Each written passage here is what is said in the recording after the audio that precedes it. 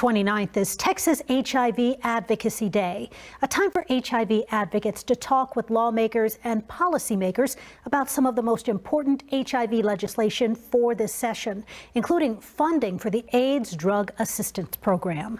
Now, joining us now is Mike Gifford, President and CEO of Vivint Health, a local HIV healthcare, social service, and prevention agency. Mike, thank you so much for being with us this afternoon. Thanks for the opportunity to join you.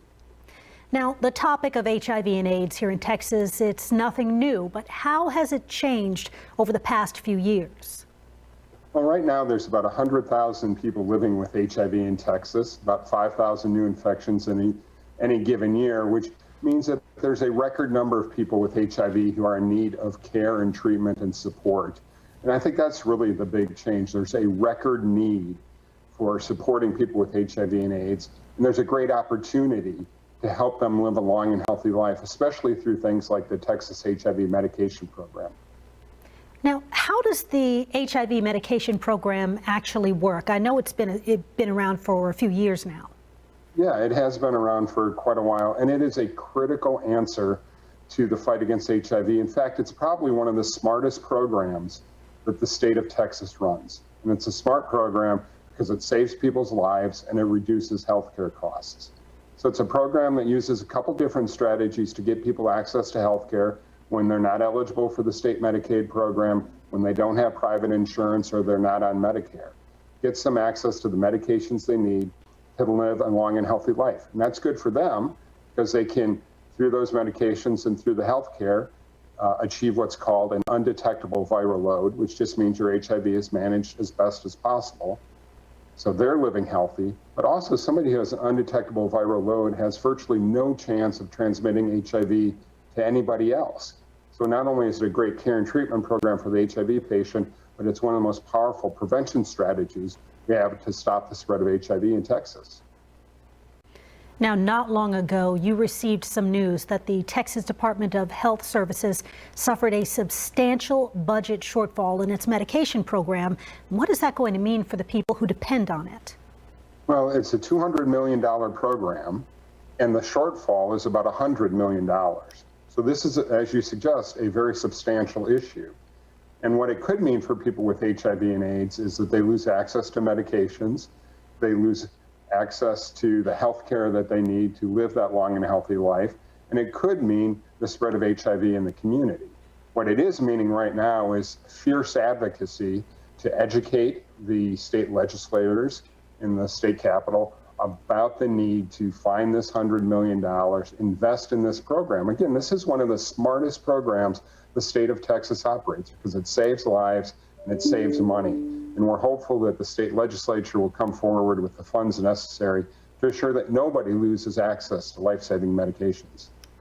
And I was going to say, have any state lawmakers or policymakers actually stepped in to see what can be done about the situation?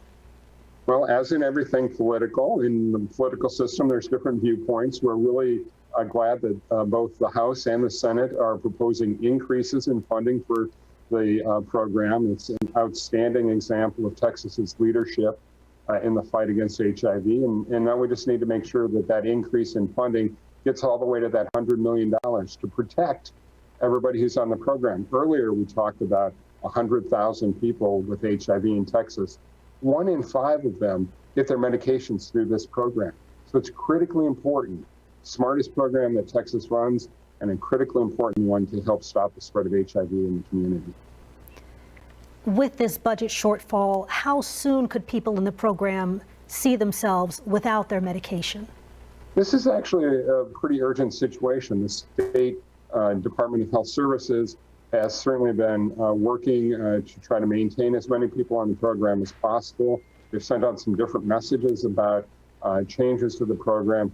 We're hopeful that in this legislative session in the next several weeks that the legislature will fill this hole and that nobody will lose access to their medications. But if they don't, it certainly could happen as early as this summer.